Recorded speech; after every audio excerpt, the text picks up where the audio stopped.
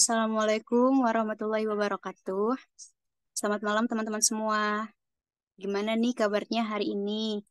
Semoga dalam keadaan sehat dan lancar ya puasanya. Nah, baiklah teman-teman semua untuk mempersingkat waktu, Julia sebagai perwakilan moderator dari kelompok 2 akan memandu jalannya diskusi kita pada kesempatan kali ini. Nah, sebelum kita mulai diskusi nih, ada beberapa rules yang sama-sama harus kita sepakati. Yang pertama itu menggunakan fitur raise hand untuk bicara dan bertanya. Yang kedua, menggunakan fitur jempol jika menyetujui. Yang ketiga, tidak diperkenankan langsung berbicara jika belum disetujui moderator agar tetap kondusif. Yang keempat, tidak saling menyalahkan pendapat. Yang kelima, dapat menyepakati hasil diskusi bersama yang telah dilakukan. Nah, adapun untuk topik diskusi kita adalah mencari 15 penyakit yang termasuk ke dalam penyakit entomologi atau mikologi. Serta kita juga akan membahas mengenai jenis parasit atau penyebabnya beserta nama Latin, kemudian jenis vektornya, jenis transmisinya, gambar, tempat dan siklus hidup dari parasit, tempat dan siklus hidup dari vektornya, proses tertularnya, serta akibat yang ditimbulkan lalu dimasukkan ke dalam tabel secara runtut dan rapi. Untuk sekretaris diskusi kita pada kesempatan kali ini adalah Hani yang akan melakukan notulensi. Nah, langsung aja untuk pembagian tugas yang pertama, dikarenakan kita memiliki anggota kelompok sebanyak 15 orang, maka setiap kita dapat mencari satu penyakit terkait. Nah, apakah ada dari teman-teman terkait penyakit yang akan kita diskusikan bersama?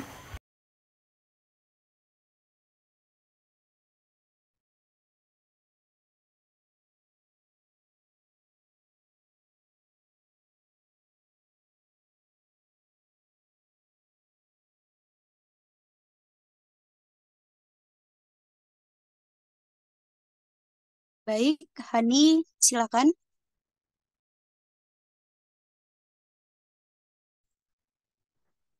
Oke, Jeb, makasih sebelumnya. Aku udah sebelumnya udah cari penyakit.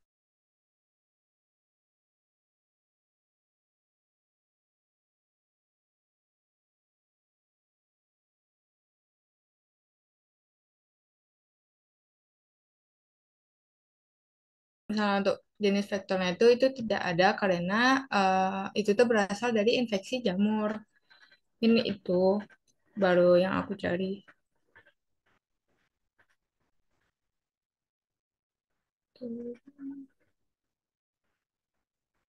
Oh ya, Baik, Hani, masih ada?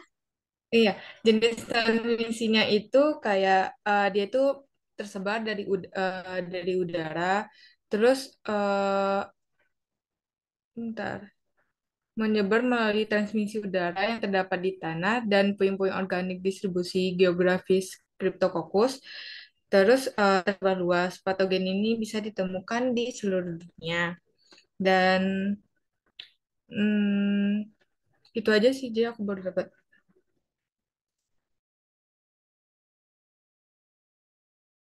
Baik, Hani. Kalau untuk penyakit ini udah dicari juga untuk gambar terkaitnya nih. Udah aja. Yang mungkin masih dalam pertimbangan itu udah siklus parasit, vektor, sama proses menularnya masih dicari lagi. Oke, makasih Hani. Dari teman-teman, apakah setuju jika kita mengangkat penyakit kriptokokosis sebagai salah satu penyakit yang akan kita gunakan, teman-teman?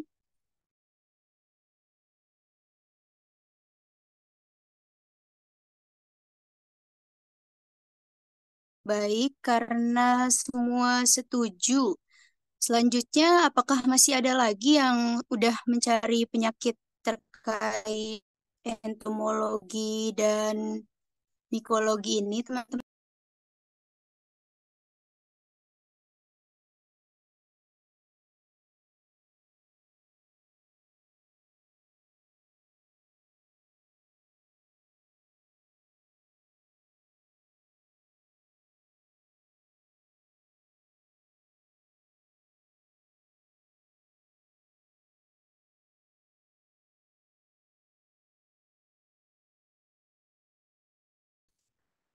Baik, teman-teman, apakah masih ada lagi yang sudah mencari penyakit terkait entomologi dan mikologi ini, teman-teman?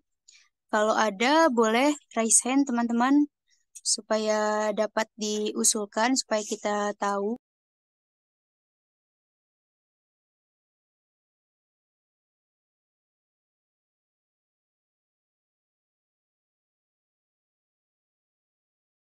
Oke, wah, udah banyak ya yang mencari nih. Oke, yang pertama boleh nih Meta dipersilakan. Oke, jadi terima kasih.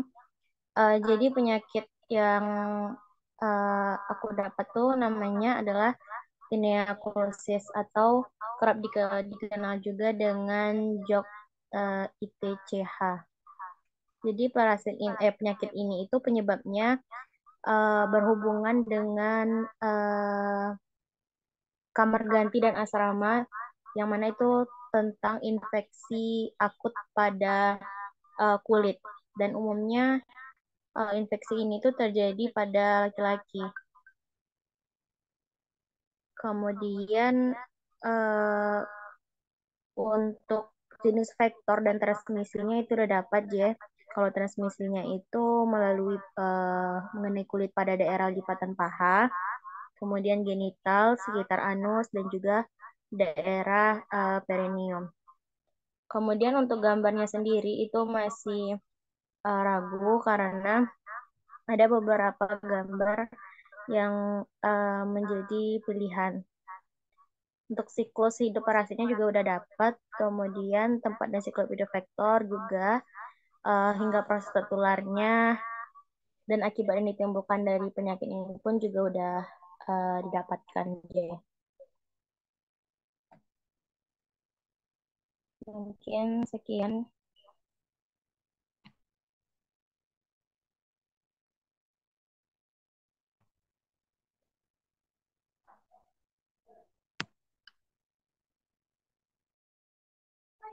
Baik, Meta, wah sudah lengkap sekali ya. Tapi tadi terkait gambar ya, masih ada sedikit ragu mungkin untuk menemukan gambarnya. Jadi dari teman-teman, apakah ada yang ingin memberikan pendapat terkait penyakit yang sudah diusulkan oleh saudari Meta? Boleh raise hand?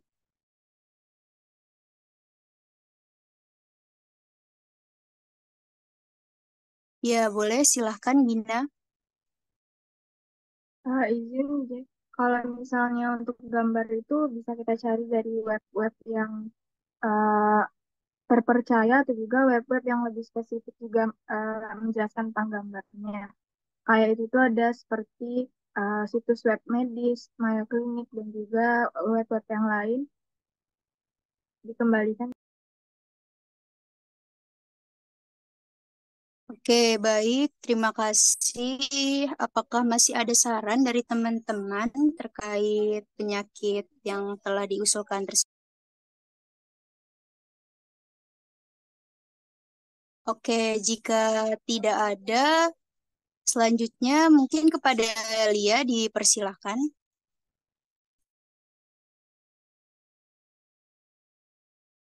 Oke, baik, izin JH. Jadi di sini dia mengusulkan penyakit kutu busuk namanya atau Chance disease, yang dimana penyakit kutu busuk ini disebabkan merupakan salah satu penyakit yang memiliki terkait dengan materi entomologi dan mikologi karena dia sangat menggambarkan.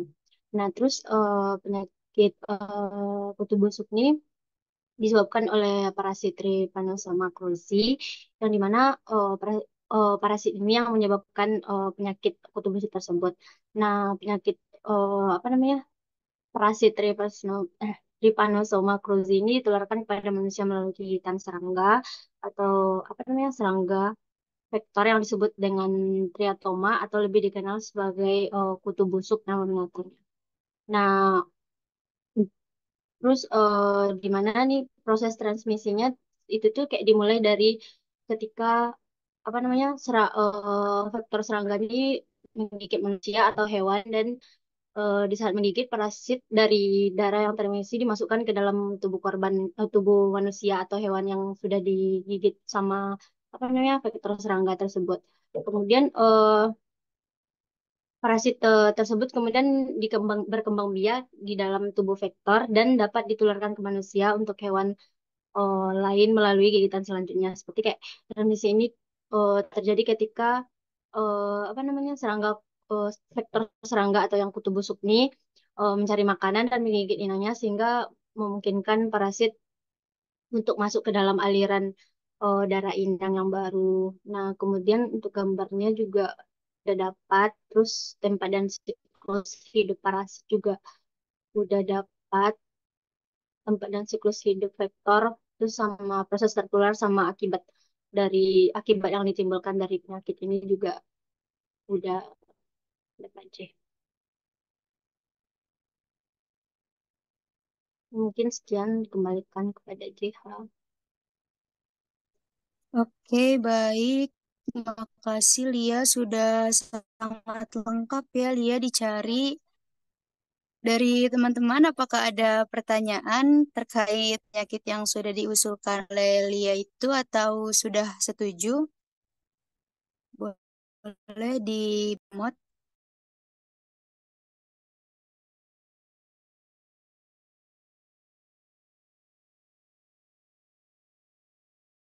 Oke, baik. Selanjutnya kepada Anggi dipersilakan.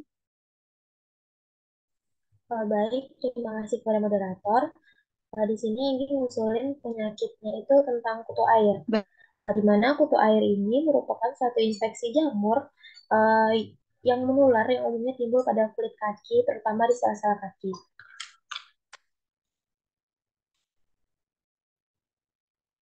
Di mana itu jenis vektornya itu adalah dermatofia. Di mana jenis transmisinya itu kutu air ini bisa juga disebut dengan kienepedis. Cara penularannya itu bisa secara langsung ataupun tidak langsung dari manusia ke manusia lain. Dan secara tidak langsung itu melalui perantara eh, air yang sebelumnya terkontaminasi spora jamur dan melalui seperti benda, seperti handuk, kaos kaki si penderita. Di mana untuk gambarnya mungkin belum fix atau mungkin belum menemukan yang tepat. Nah, di mana untuk tempat dan siklus hidup jamur ini sudah eh, ditemukan tempat dan siklus hidup vektornya juga sama proses tertular serta gejala yang ditimbulkan. Sekian Jahal kembalikan kerja. Baik, Anggi, kalau untuk terkait gambar mungkin seperti yang diusulkan oleh Saudari Gina tadi ya, bisa dicari di situs-situs atau web yang spesifik ya, yang terpercaya. Bisa di web medis seperti WebMD, CDC, dan lain-lain. Baiklah, apakah teman-teman ada pertanyaan atau sudah setuju dengan penyakit yang diusulkan tersebut?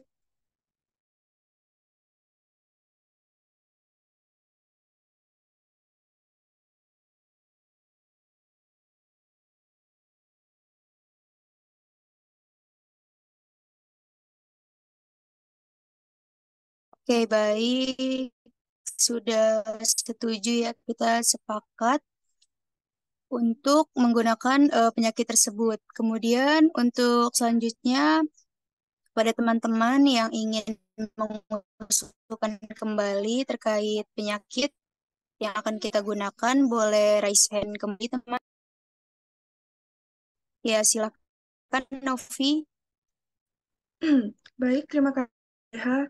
Di sini eh, Novi udah mikirin tentang penyakit yang mau diusulin di kelompok kita. Itu nama penyakit itu epidemik TB.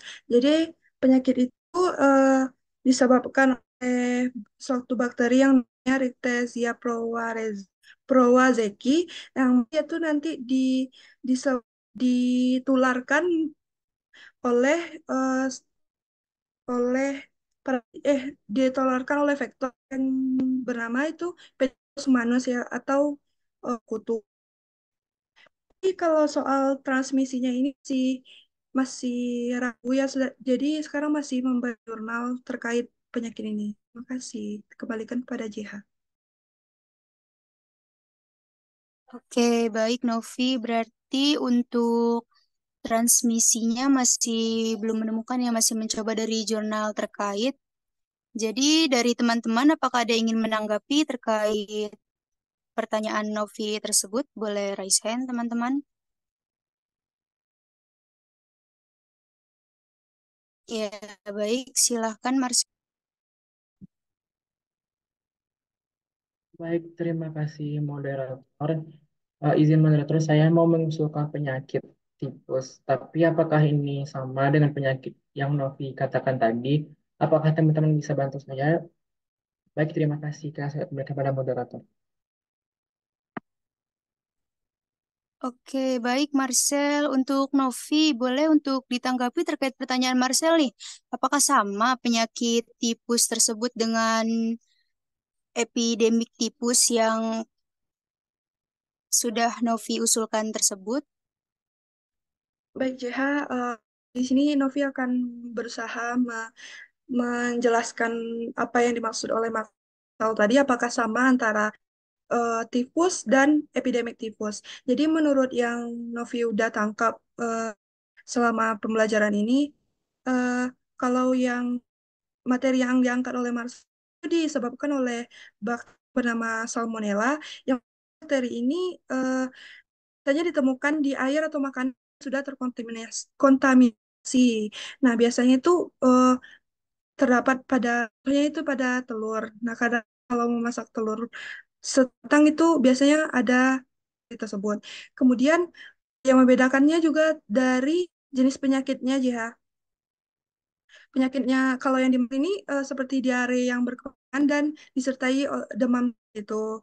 Nah, terus kalau misalkan yang penyakit yang di ini itu dia tuh berpindah-pindah melalui kutu karena kutu tuh menggigit. Nah, terus berpindah dari orang itu ke orang yang lainnya juga. Nah, itu tuh bisa berpindah melalui but ataupun hewan, bahkan menempel di baju juga bisa jadi sarana perpindahan kutu tersebut. Yang membedakan satu lagi adalah eh, epidemik tipus ini seperti ruam merah bengkak-bengkak pada bagian sekujur tubuh dan itu biasanya juga disertai demam. Sekian, terima kasih kepada JH. Oke, baik. Novi dan Marcel.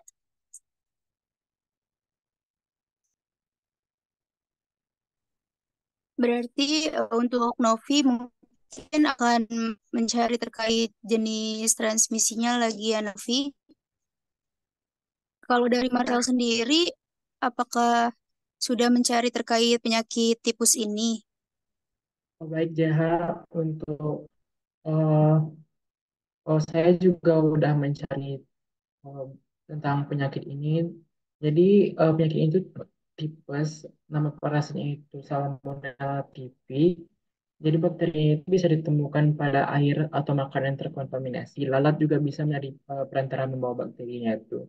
Dan penyakit ini bisa ditularkan melalui feses atau urin atau misalnya air atau makanan yang kita konsumsi yang mengandung bakteri Salmonella. Biasanya terjadi di daerah-daerah yang kotor. Eh, buat untuk gejala yang timbul jika terkena penyakit ini bisa diare, kram perut, dan demam dalam waktu 3 hari. Untuk yang lainnya sudah saya rangkum juga. Saya kembalikan kepada JH dan memang maaf, dan untuk penyakit ini dengan epidemic typhus memang berbeda. Terima kasih.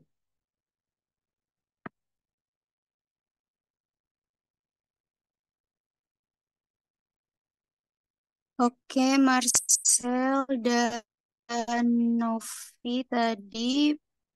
Jadi dari teman-teman apakah dapat menyetujui terkait penyakit yang sudah diusulkan oleh Di Novi dan Marcel tersebut, teman-teman?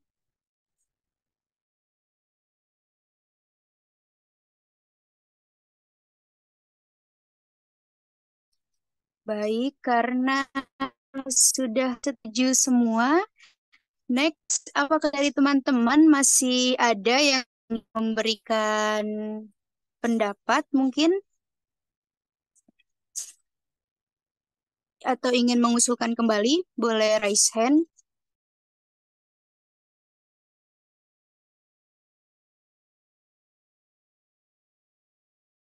Masya Allah, tabarakallah. Baiklah, untuk selanjutnya adalah Saudari Aura.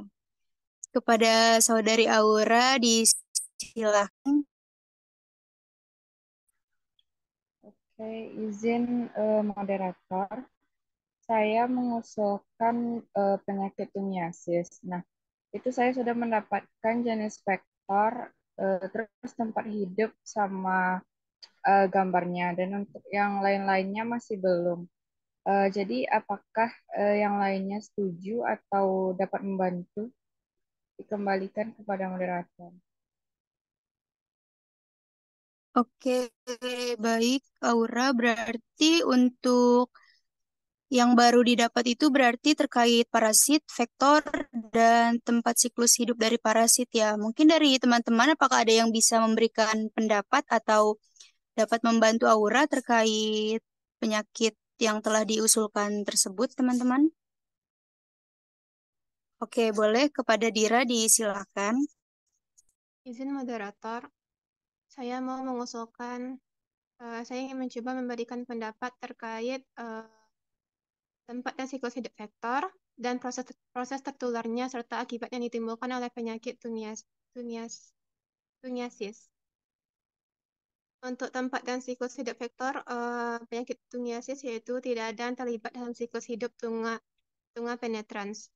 Serta proses tertularnya yaitu manusia terinfeksi tuniasis saat kontak langsung dengan tanah yang terkontaminasi oleh larva tunga penetrans, yang kemudian menembus kulit manusia. Yang terakhir yaitu akibat yang ditimbulkan. Gejala tuniasis termasuk rasa sakit, gatal-gatal, peradangan, dan pembentukan ulkus di sekitar area yang terinfeksi. Jika tidak diobati, infeksi bisa berkembang menjadi komplikasi yang serius seperti infeksi bakteri sekunder, abses, atau gangguan mobilitas. Sekian dikembalikan kepada JH. Oke, baik. Terima kasih Dira yang sudah menyampaikan pendapatnya. Jadi dari teman-teman, apakah setuju terkait hal yang sudah disampaikan oleh Dira dan Aura terkait penyakit yang akan kita gunakan ini, teman-teman?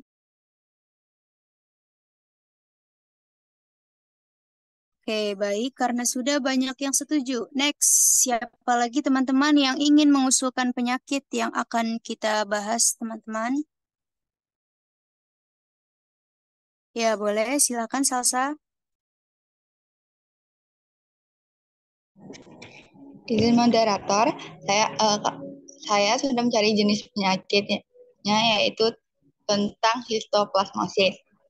Histoplasmosis ini disebabkan oleh spora jamur Histoplasma capsulatum. Vektornya yaitu spora jamur yang terdapat di dalam tanah, terkontaminasi oleh kotoran burung atau kelelawar yang menyatu dengan udara dan lalu terhirup dan masuk ke dalam saluran pencernaan. Jenis transmisinya yaitu transmisi inhalasi mikrokondria yang ditularkan melalui udara dan tidak sengaja tercerna dan masuk ke dalam saluran pencernaan.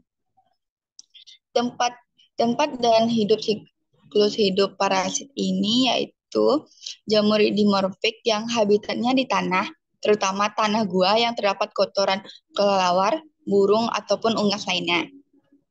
Sedangkan untuk vektornya, Histoplasma capsulatum melibatkan vektor hewan seperti kelelawar, burung yang biasa hidup di dalam gua yang gelap, dan tanah yang lembab.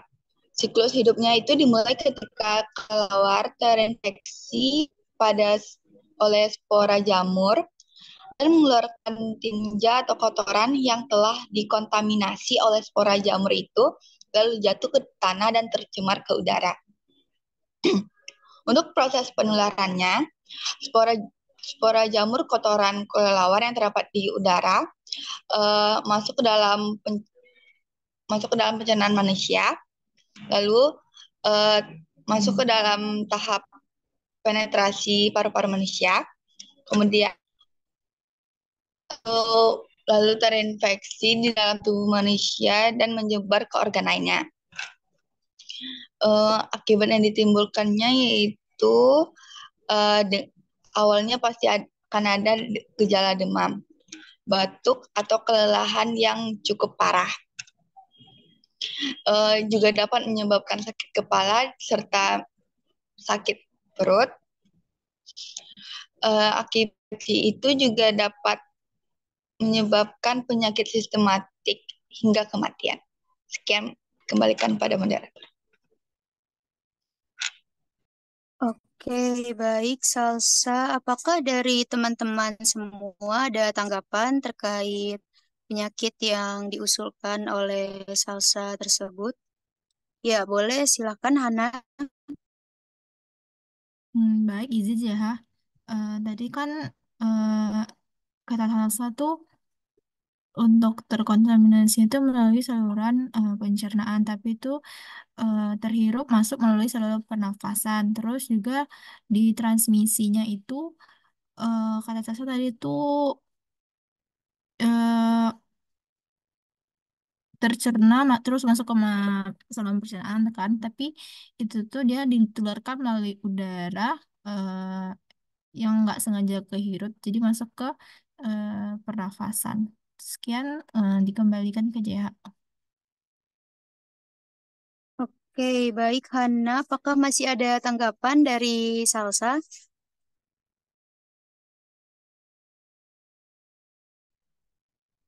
Baik, terima kasih kepada Hani yang sudah mengoreksinya.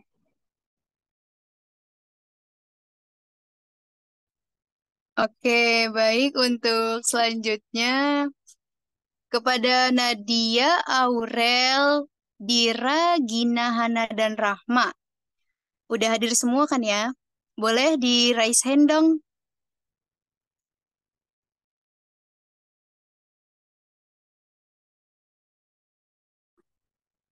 Nah, gini kan kelihatan nih mukanya semua. Oke, apakah teman-teman nih udah mencari belum terkait penyakit yang akan kita bahas nih? Boleh mungkin Nadia dulu? Baik, izin moderator. Nadia ingin mengusulkan terkait penyakit blastomikosis. Mungkin penyakit ini adalah jenis penyakit yang disebabkan oleh infeksi jamur, yang mana penyakit ini disebabkan oleh cendawan atau jamur Blastomyces dermatidis, yang mana jamur ini ditemukan dalam tanah dan material organik seperti kayu putrefaksi dan dapat merancangkan sporangiosfora yang dikeluarkan ke udara, di mana ia dapat dicuci oleh angin atau diterjunkan ke dalam saluran pernapasan manusia.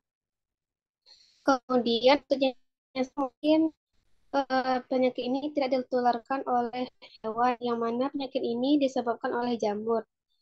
Kalau untuk jenis endemiknya, seperti yaitu Blastomyces ini masuk ke dalam tubuh melalui paru-paru, yang merupakan dimulainya infeksi paru-paru dapat terjadi setelah seseorang menghirup udara yang mengandung spora jamur. Kemudian untuk gambarnya Nadia sudah dapatkan. Kemudian kalau untuk tempat dan siklus hidup parasit, yang mana Blastomyces dermatidis ini hidup di tanah yang lembab dan paling sering pada tempat di mana terdapat kayu atau daun-daun yang membusuk. Kemudian untuk proses tertularnya adalah jamur Blastomyces dermatidis ini masuk ke dalam tubuh melalui paru-paru, yang merupakan masuk dalam tubuh melalui paru-paru yang dimulainya sebuah infeksi, yang mana infeksi ini dapat terjadi setelah seseorang menghirup udara yang mengandung spora jamur. Kemudian akibat yang ditimbulkan adalah blastomikosis dapat menyebar ke seluruh tubuh melalui aliran darah dan bisa menyebabkan gejala berkaitan dengan manifestasi pulmonari. seperti lesi pada kulit yang tidak sembuh, lesi tulang yang seringkali tanpa rasa sakit, dan kemudian gejala yang berkaitan dengan sistem genitourinary atau urogenital. Mungkin sekian, Nadia kembalikan ke moderator.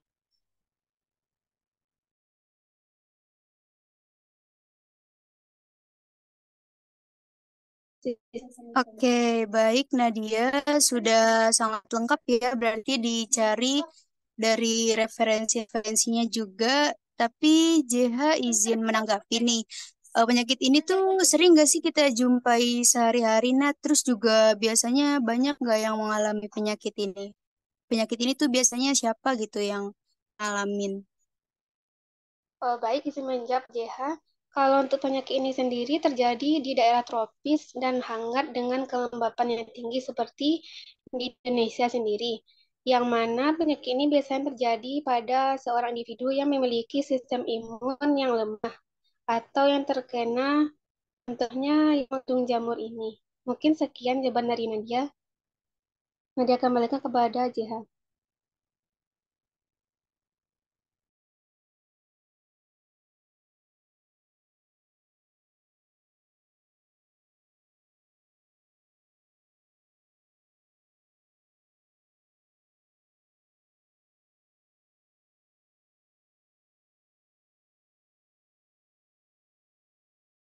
Oke, terima kasih Nadia.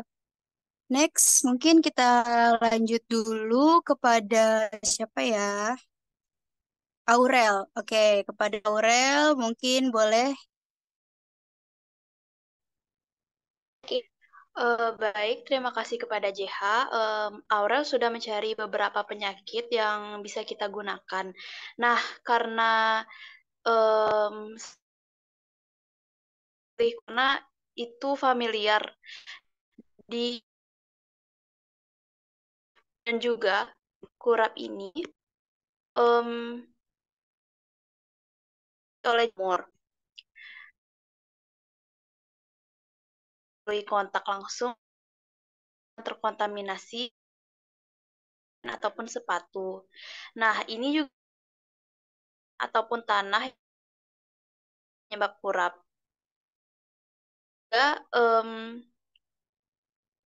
jamur penyebab kurap ini biasanya hidup di lapisan luar kulit manusia dan hewan, serta dapat bertahan hidup di lingkungan yang hangat dan lembab, seperti di kamar mandi, sauna, maupun kolam renang. Lalu, jamur kurap ini menyebar melalui kontak langsung dengan kulit yang terinfeksi ataupun dengan benda-benda yang terkontaminasi jamur. Nah, kontak langsung dengan hewan yang tertular juga dapat menjadi sumber penularan. Lingkungan yang hangat dan lembab mendorong pertumbuhan jamur penyebab kurap, sehingga tempat seperti kolam renang, toilet umum itu dapat menjadi sumber infeksi yang potensial. Nah, kurap ini dapat menyebabkan gejala seperti ruam merah, gatal-gatal, bersisik, maupun terkadang bisa berbentuk seperti lingkaran. Nah, kurap ini juga bisa menyebabkan rambut rontok pada area yang terinfeksi. Meskipun hal ini tidak berbahaya, namun kurap juga dapat menyebabkan ketidaknyamanan. Nah, baik, terima kasih. Saya kembalikan kepada JH. Oke, baik Aurel. Memang ya kalau penyakit kurap ini sudah sangat familiar ya, kita sering jumpai di kegiatan sehari-hari kita. Oke, next kepada siapa ya? Oke, Dira boleh dipersilakan. Baik, izin moderator, saya akan mengusulkan penyakit candidiasis. Nah, penyakitnya yaitu candidiasis, jenis parasit atau penyebabnya yaitu Candida albicans, merupakan spesies jamur yang paling umum menyebabkan candidiasis. Selain itu, beberapa spesies Candida lainnya juga dapat menyebabkan candidiasis pada manusia, seperti Candida glabrata, Candida tropicalis, dan lain sebagainya. Selanjutnya yaitu jenis faktor. Candidiasis umumnya tidak ditularkan melalui vektor, karena penyebabnya adalah jamur dan bukan mikroorganisme yang ditularkan oleh serangga atau hewan tertentu. Jenis transmisinya yaitu Transmisi kandidiasis umumnya terjadi melalui kontak langsung dengan individu yang terinfeksi atau melalui kontak dengan permukaan yang terkontaminasi oleh jamur Candida albicans. Contohnya dalam kasus oral thrush atau kandidiasis mulut. Infeksi dapat ditularkan melalui kontak langsung dengan saliva yang terinfeksi. Untuk gambarnya sudah saya temukan. Selanjutnya yaitu tempat dan siklus hidup parasit. Candida albicans dapat ditemukan di berbagai bagian tubuh manusia, termasuk mulut, saluran pencernaan, kulit, dan vagina. Siklus hidupnya melibatkan pertumbuhan berlebihan dari jamur ini, terutama ketika kondisi lingkungan tubuh menjadi lebih hangat dan lembab. Selanjutnya itu tempat dan siklus hidup vektor. Untuk vektor tidak berlaku karena Candida albicans tidak ditularkan melalui vektor. Proses tertularnya yaitu proses penularan kandidiasis terjadi melalui kontak langsung dengan individu yang terinfeksi atau melalui kontak dengan permukaan yang terkontaminasi oleh jamur Candida albicans. Faktor resiko termasuk sistem kekebalan tubuh yang lemah, penggunaan antibiotik yang berlebihan, kehamilan, diabetes, atau penggunaan alat kontrasepsi tertentu. Yang terakhir yaitu akibat yang ditimbulkan. Gejala kandidiasis dapat bervariasi tergantung pada lokasi infeksi dan tingkat keparahan. Pada umumnya, gejala meliputi rasa gatal, peradangan, sensasi terbakar, dan keluarnya cairan abnormal. Infeksi yang lebih serius dapat terjadi pada individu dengan sistem kekebalan tubuh yang lemah, seperti penderita HIV atau AIDS, atau mereka yang menjalani terapi imunosupresif. Dalam kasus yang jarang terjadi, kandidiasis dapat menyebar ke organ dalam tubuh dan menyebabkan infeksi yang lebih serius, seperti infeksi darah atau sistemik. Sekian dari saya, dikembalikan kepada moderator. Oke, makasih Dira. Udah sangat lengkap ya, berarti dicari nih Dira. Oke, next siapa ya? Gina deh, Gina udah punya usulan penyakit kah yang akan kita gunakan nih, Gin? Silakan Gina. Aku di sini nyaranin untuk mengambil penyakit malaria. Untuk penyakit malaria ini parasitnya yaitu Plasmodium falciparum. Sebenarnya Plasmodium ini terbagi menjadi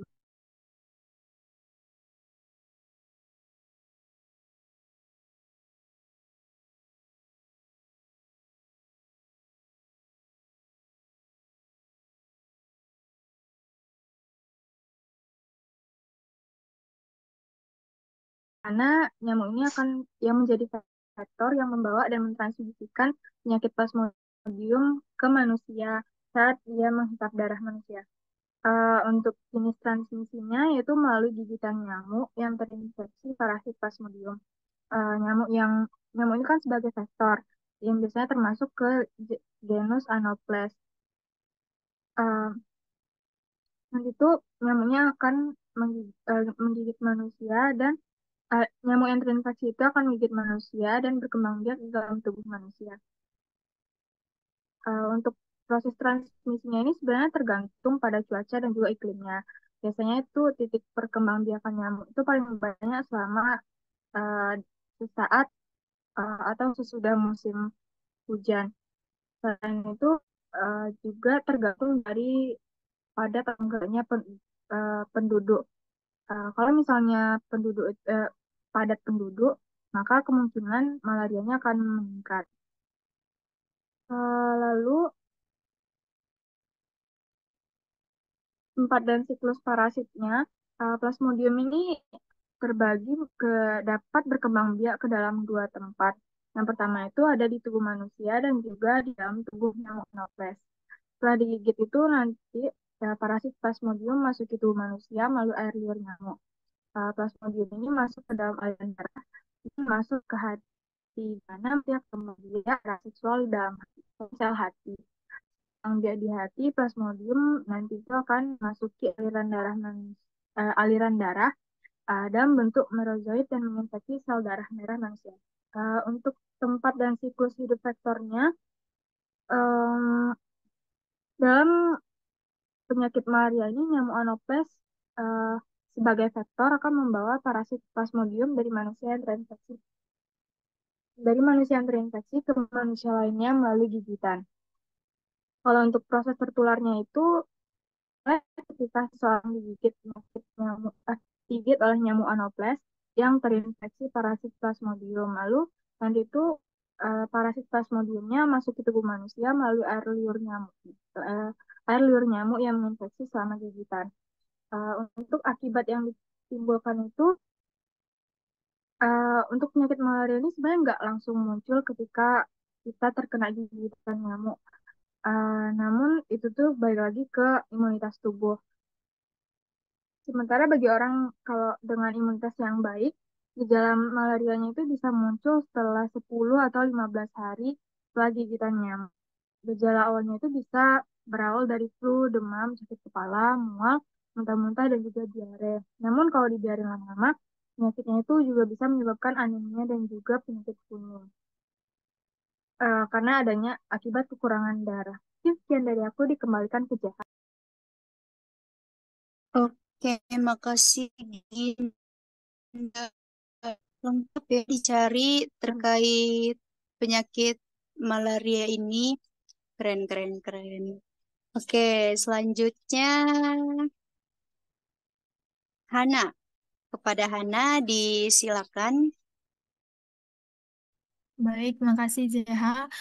Jadi di sini Ana mau ngusulin penyakit mengenai kolera, di mana penyakit ini tuh disebabkan oleh bakteri Vibrio cholera dengan faktor lalat yang menggunakan transmisi mekanis.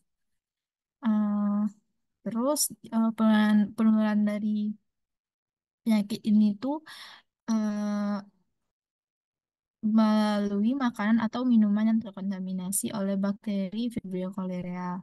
Kemudian nanti di usus bakteri itu akan ngeluarin enterotoksin yang bisa menyebabkan diare parah yang disertai muntah yang dapat berakibat pada dehidrasi. Untuk siklus hidupnya dari parasitnya ini tuh bakteri bakterinya itu patogen fakultatif intraseluler yang ditemukan pada manusia dan hewan primata. Eh, Kemudian bakteri ini bersifat halofilik dan tumbuh pada air laut yang bersalinitas 20-40%, tapi nggak tahan terhadap asam, sehingga dia tuh tumbuh pada pH 4-9. Kemudian untuk gambar tempat dan siklus hidup vektor sama akibat yang menimbulkan itu sudah ditemukan. Sekian dikembalikan kepada JH. Oke, makasih Hana udah mengusulkan penyakit kolera yang akan kita bahas. Oke, terakhir siapa lagi ya? Tadi Aurel udah, Dian udah, Gina udah, Nadia udah. Oke, Rahma, boleh Rahma? Silakan. Izin JH, aku di sini mau solin penyakit sporositesis. Eh, Sporositesis itu sendiri disebabkan oleh jamur Sporotrix sencheki. Eh, untuk vektornya sendiri, dia tidak ada vektor disebabkan oleh jamur. Eh, Infeksi ini umumnya disebabkan oleh inokulasi jamur yang hidup di tanah, tanaman, dan material yang membusuk. Penyakit ini juga dikenal sebagai penyakit tukang kebun mawar. Namun penyakit ini juga didapat ditularkan melalui hewan-hewan, bisa hewan pengerat seperti tikus, dan di Brazil ini bisa infeksi ditularkan melalui kucing. Untuk jenis transmisinya, yang pertama itu melalui kontak kulit. Eh, Kontak kulit ini paling sering terjadi pada kita. Biasanya melalui luka terbuka, lecet pada kulit yang terkena tumbuhan atau hewan yang terinfeksi sporositosis tadi. Selanjutnya dengan kontak dengan hewan. Sporositosis ini dapat ditularkan melalui gigitan atau garukan hewan yang terinfeksi, seperti kucing. Yang ketiga adalah inhalasi. Biasanya ditularkan melalui udara yang menyebabkan infeksi pada paru-paru. Yang keempat adalah kontaminasi benda. Terkadang sporositosis ini bisa ditularkan melalui kontaminasi benda yang ditularkan eh, kepada benda yang telah terinfeksi. Untuk gambar tempat dan eh, untuk gambar tempat dan siklus parasit, tempat siklus tempat dan siklus hidup vektor telah ditemukan.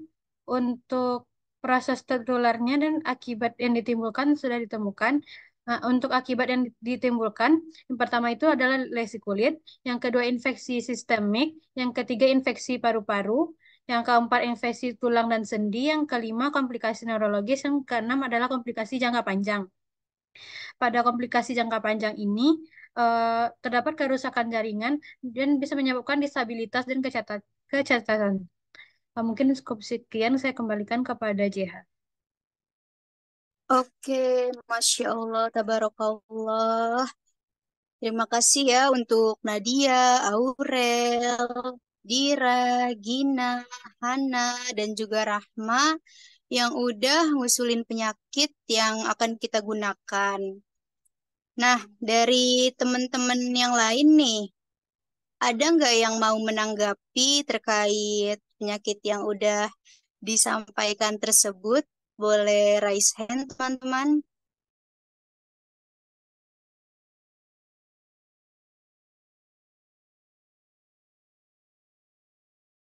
Ya, baik. Silakan, Hani.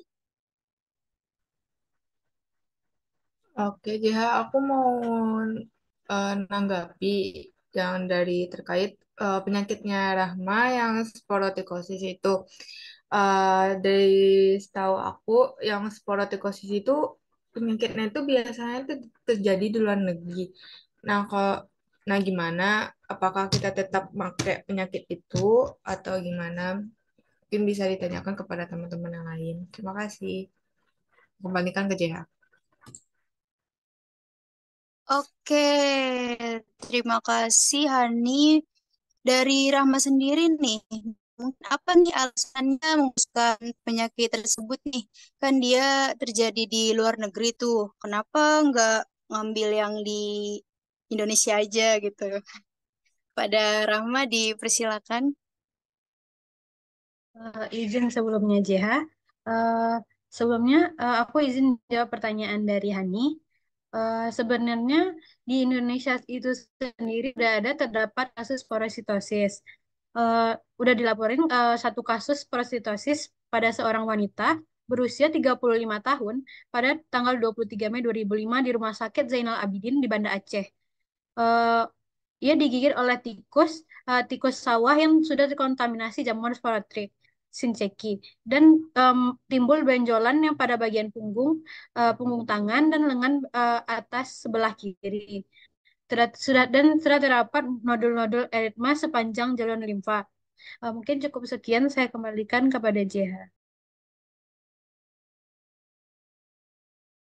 Oke, Rahma. Ternyata penyakit yang udah disebutkan tadi tuh sudah pernah ada ya terjadi di Indonesia. Oke, jadi dari teman-teman nih, apakah masih ada yang ingin menanggapi terkait penyakit-penyakit yang udah diusulkan teman-teman kita tadi?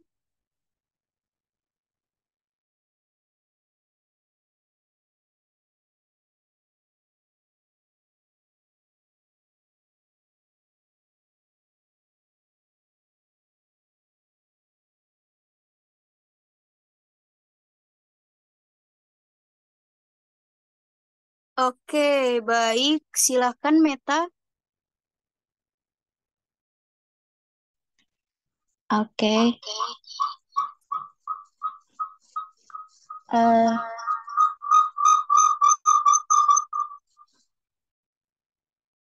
Sebelumnya izin ya, jadi teman-teman pakai dua device.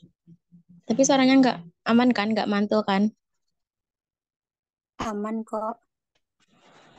Nah, jadi gini aja, aku cuman mau menanggapi terkait dari usulan dari teman-teman sebelumnya. Itu udah sangat baik. mungkin nanti dapat dicari lagi untuk referensi lainnya ya. Karena kan kita harus sesuai lagi, apalagi gambar-gambar yang akan kita gunakan itu. Harus diperhatikan lagi kan, yang udah dibilang Gina sebelumnya, gambar tersebut harus apa ya, harus sesuai dengan jurnal atau web yang bagus lah gitu kan. Nah, kemudian karena kebanyakan topik yang kita ambil ini kan mayoritasnya berkaitan dengan kulit, jadi hampir sama gitu bentuk-bentuk gangguannya. Jadi diperhatikan lagi mungkin teman-teman. Mungkin sekian aja. Oke, makasih Meta. Baiklah, apakah dari teman-teman nih masih ada yang ingin memberikan pendapat atau saran atau udah setuju terkait dengan penyakit-penyakit yang udah diusulkan tersebut, teman-teman?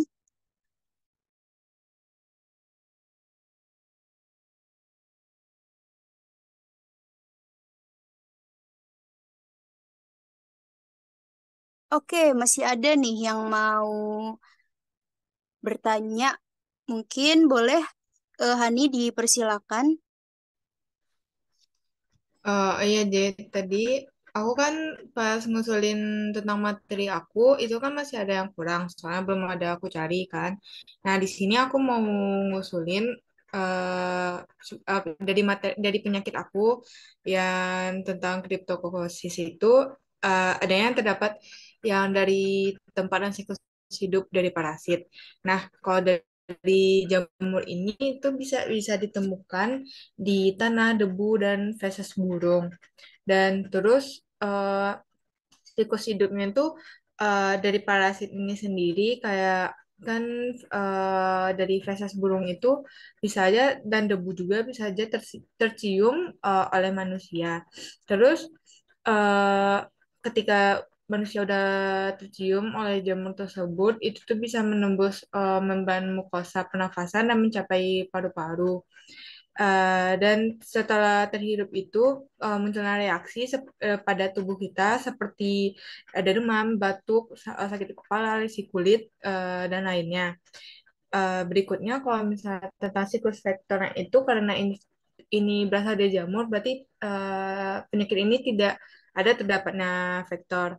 Dan berikutnya itu proses penularannya itu tidak jauh sebenarnya dari yang kayak siklus hidup parasit tadi. Seperti dari spora jamur ini dari udara terus tercium oleh manusia lalu masuk ke dalam tubuh dan menyebar. Jamur dapat menyebabkan infeksi lokal atau sistemik yang menyebabkan berbagai gejala klinis tergantung pada organ yang terkena. Infeksi ini dapat ditularkan dari individu yang terinfeksi ke individu lainnya melalui kontak dengan cairan tubuh yang terkontaminasi seperti air liur. Lalu akibat yang ditimbulkan bisa aja pneumonia, infeksi kulit, infeksi sistemik, komplikasi komplikasi pada sistem kekebalan tubuh hingga bisa aja kematian. Ini sekian dari aku, dikembalikan kepada JH. Wah, terima kasih Hani. Sudah lengkap ya dicarinya nih. Sembari dengerin teman-teman yang lain mengusulkan pendapat, Hani sembari mencari, membaca jurnal ya. Udah lengkap banget nih. Jadi dari teman-teman semua nih, apakah masih ada yang ingin memberikan pendapat atau saran atau udah setuju dengan penyakit-penyakit yang sudah disebutkan dan diusulkan teman-teman tadi?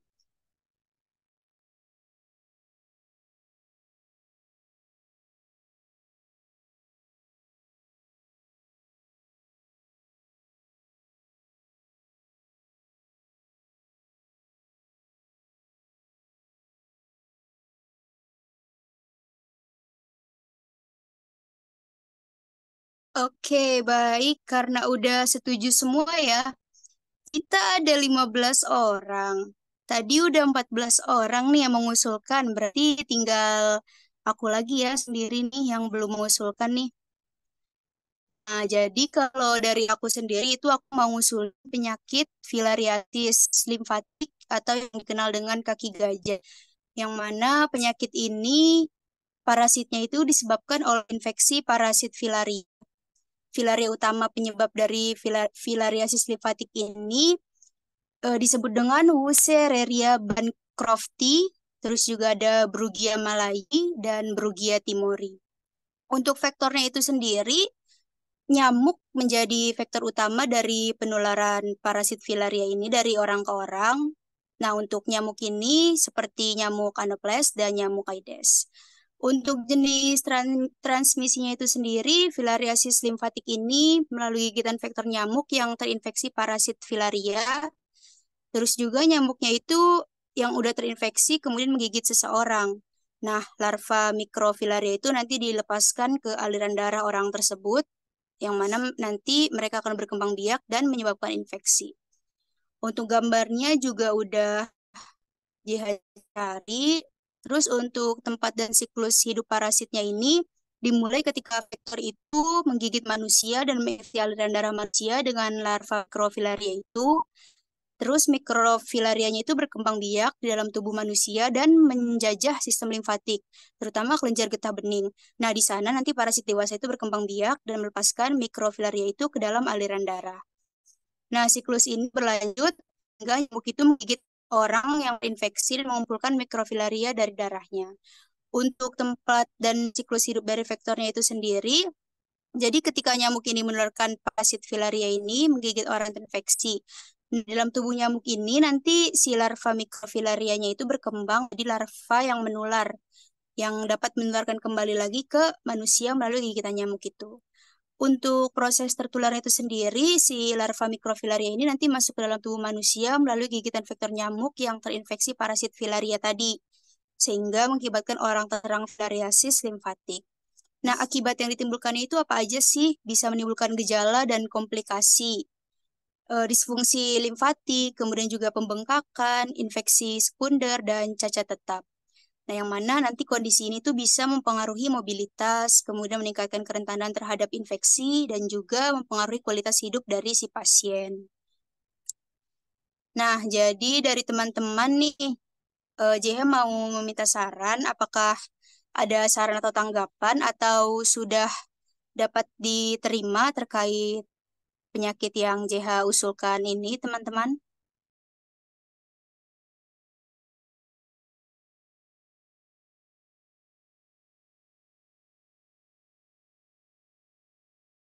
Oke, baik. Kalau memang nggak ada lagi tanggapan dan saran, berarti kita udah sepakat dan setuju ya terkait penyakit yang udah kita diskusikan pada kesempatan kali ini, teman-teman.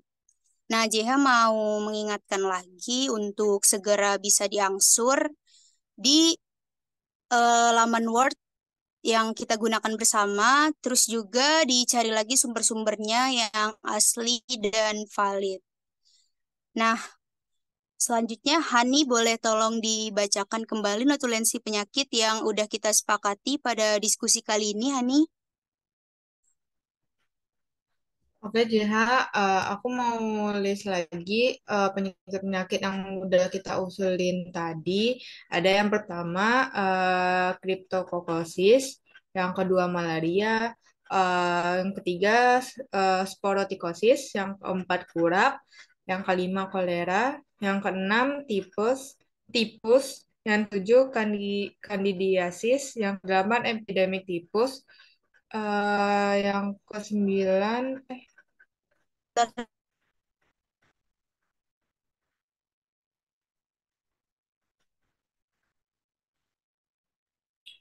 yang ke-9 tutungiasis, yang ke-10 blastomikosis, yang ke-11 filariasis limfatik atau kaki gajah, yang ke-12 kutu air, yang ke-13 tinea crucis, yang ke-14 kutu busuk, yang ke-15 itu histoplasmosis.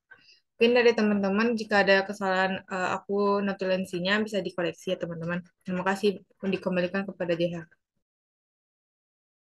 Oke, baik teman-teman. Terima kasih sudah berpartisipasi untuk mengikuti diskusi kita kali ini dengan antusias, kondusif, dan tertib. Nah, untuk selanjutnya kita akan ada sesi dokumentasi. Boleh teman-teman bisa prepare kepada Gina, dipersilakan. Hmm.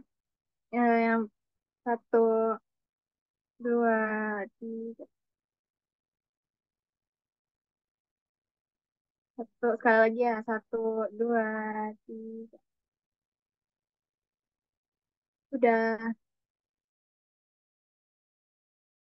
Oke, baik. Sekian diskusi kita pada kesempatan kali ini. Kurang lebihnya, JH mohon maaf. Wabillahi taufik wal hidayah. Wassalamualaikum warahmatullahi wabarakatuh. Terima kasih teman-teman semua. Waalaikumsalam warahmatullahi wabarakatuh. Wassalamualaikum warahmatullahi wabarakatuh. Salam guys. Wabarakatuh. Bye.